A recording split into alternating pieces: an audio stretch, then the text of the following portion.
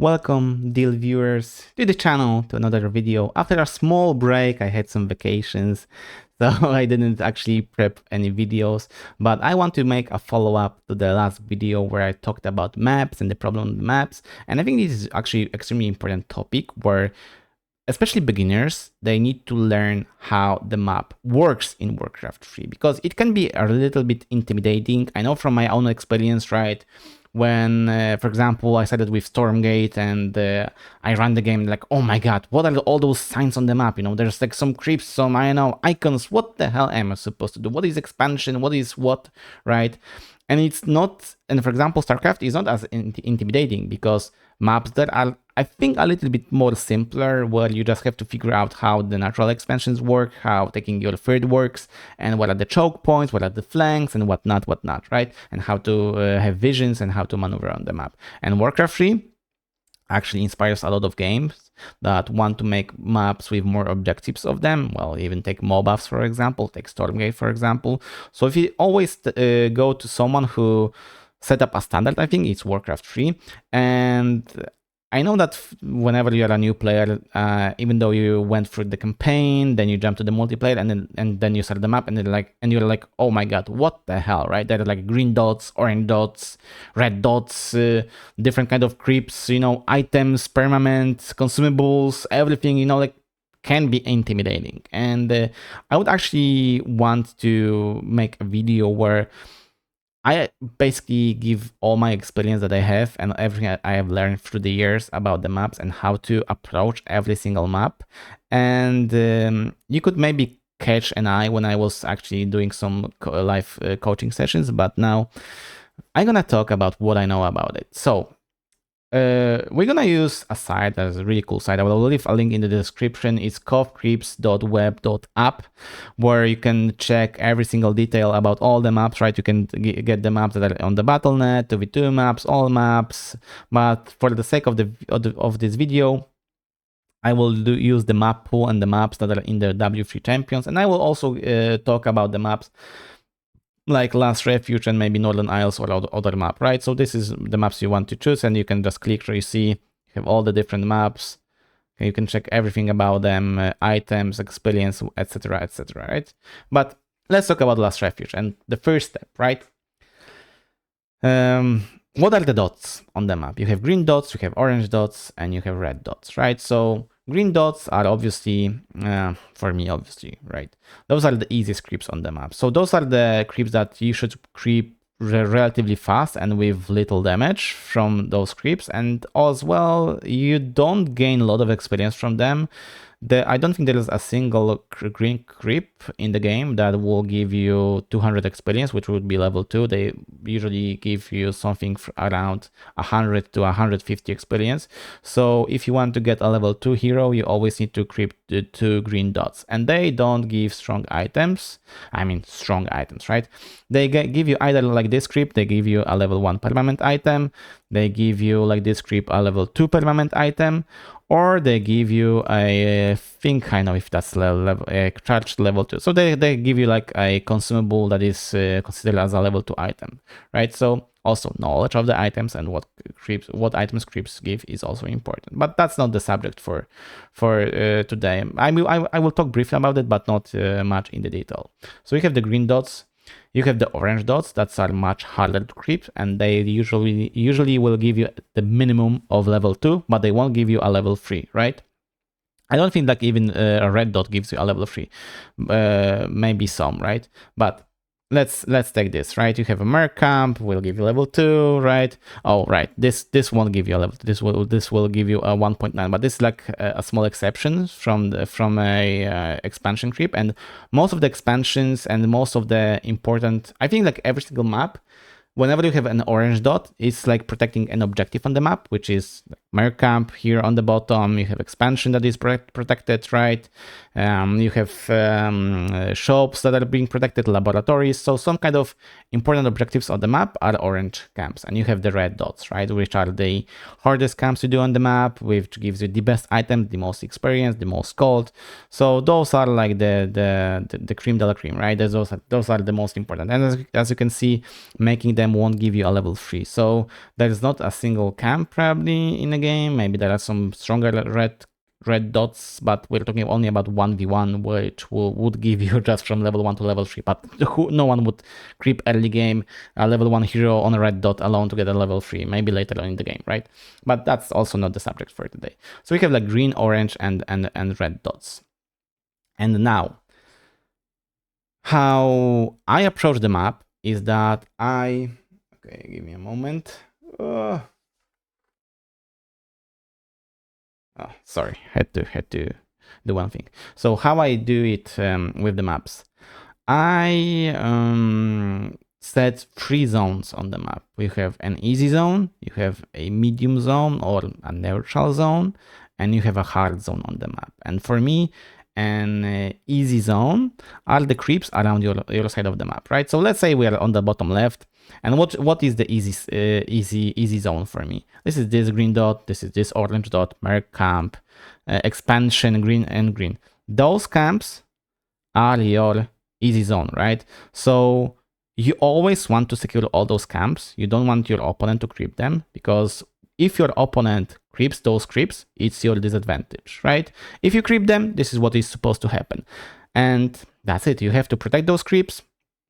You want to leave some of those creeps later on for your second hero.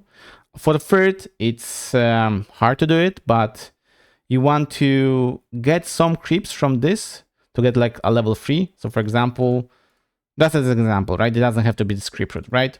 So you just start with your early hero. You take, for example, just level 2. So you creep like this and this, or you creep this and this, you get level 2.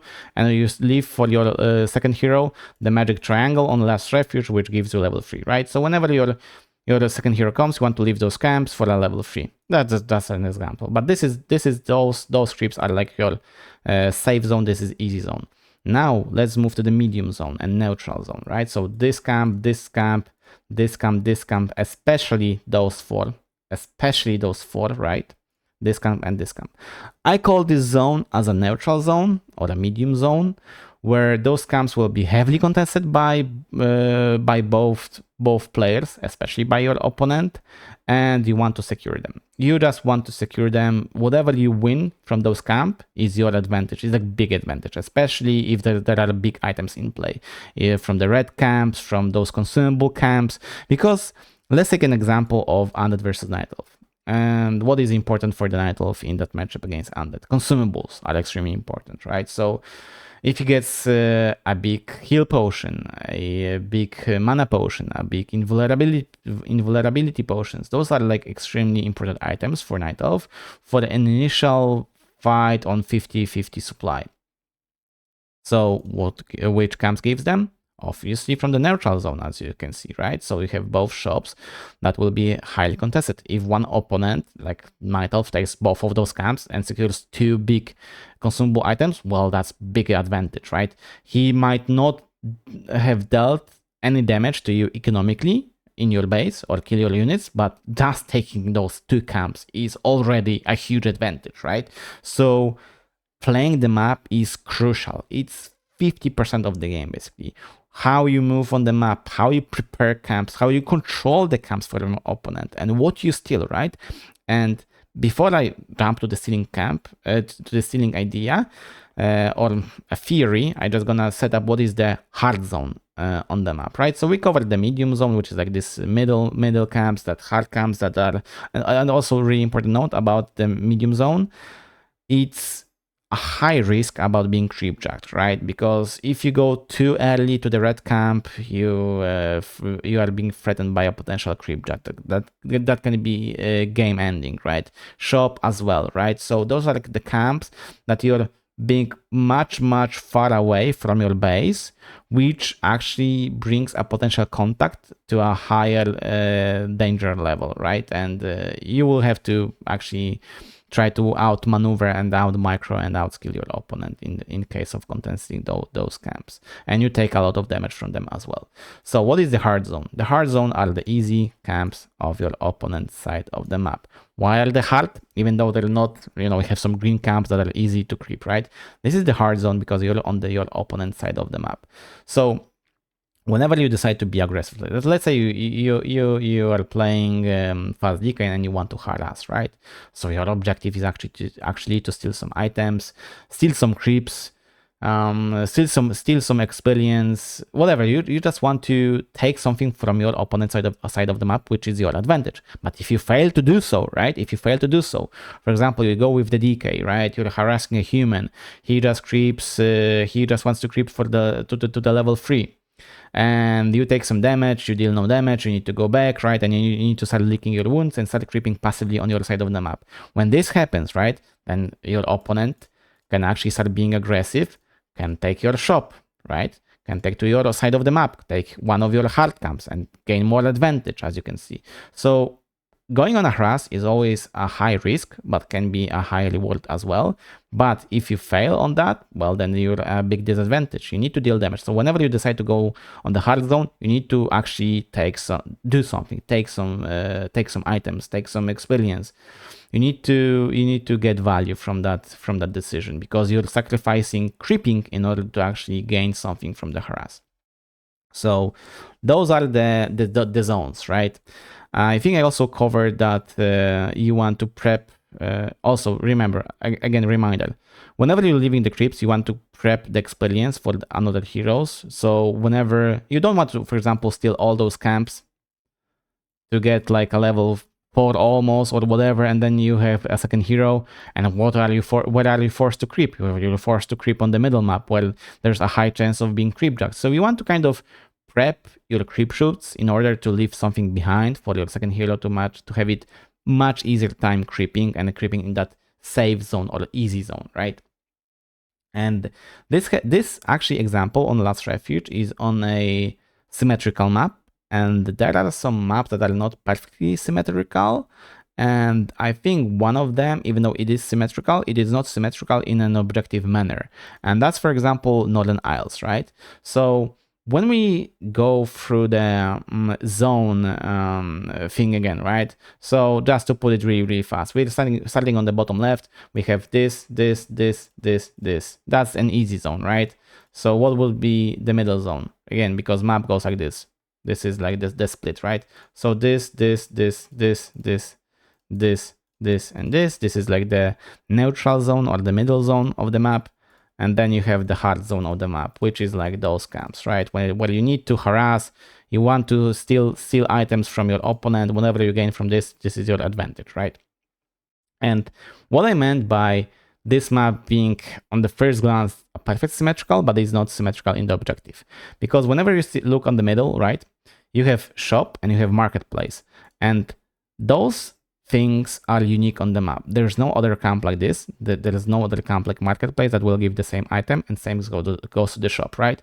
So there is no second creep that gives the same item. So when you had the Last Refuge, you had 2 shops nearby, right, that gave the same item. But here, if you win an objective of the shop and you get, like, let's say, the Flute of Accuracy aura, there's no other creep that will give that item. That's big advantage to you. Like that's huge advantage, right? If you get this, you get like Ankh, you get Healthstone. There's no other camp that will give the same item.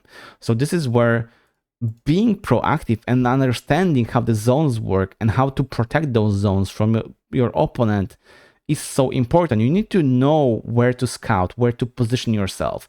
Maybe when you're ahead, right, you had a successful harass, you pushed your opponent back, then it's time to maybe steal an item. And this is also really important whenever you're playing a map. It's objective based, right? So every creep is an objective. You get permanent items, you get big consumable items. So you can see a lot whenever you see pro players play. I'm gonna get a sip of water. Whenever you see pro players play, they go and their kind of understanding of harassment is not necessarily having a contact with your opponent and dealing some damage, but for example, they know that, oh, this opponent goes for this green dot, right? So before he creeps that, I have time maybe to steal that item. And they only go for the Murloc, right? They only steal the item, they leave the second Murloc alone, because the objective is to steal items. This creep won't appear again, right? It's not like Dota where you creep a camp and it respawns after a certain amount of time. You creep, it's done. It's your item, it's your gold, it's your experience. Opponent cannot regain that. So this is when you see people sniping items. So whenever they go for a camp, which is like a hard zone or a mid zone, they only they start this marketplace and they only kill Ice Troll Warlord level 6. They don't finish the camp. They don't want to waste time. Their objective is to get the item, what is the most important, and then they move to the shop. They kill the gnoll, they take the item, and they run away. Obviously, they leave a lot of experience, but they get the items, right? And now the opponent stands in a decision. Well, do I finish those camps for the experience? Or maybe I go to my opponent, maybe I try to creepjack him because he got 2 items. I don't want him to snowball with the items, right? So yeah, this is where all the mind games comes, all the scouting comes, and all the proactivity in the game comes. You cannot just, I know, expand, sit on your side of the map and just make units. No. A lot of value is from creeping, and people forget that Warcraft 3 has more resources than just gold and wood. You have items, you have experience, and often you can see an opponent with economy and expansion and a big army, let's say like 80 supply, and it's like, oh, this guy is ahead, right? Like he has such a big advantage. But then there's a second guy who has like 20 less supply, but he has better heroes, better items, and in the numbers, it doesn't look really threatening, but in value it actually is threatening, right? And it has more value than meets the eye. So yeah, I think this is it for the subject of the maps. Guys, if you have any questions, any comments, just leave them in the comment section, right? I will record another video about how to creep on the map. This video was about how map works. I hope this was helpful. Again, any questions, leave them. I will try to answer them, and see you in the next one. Bye bye.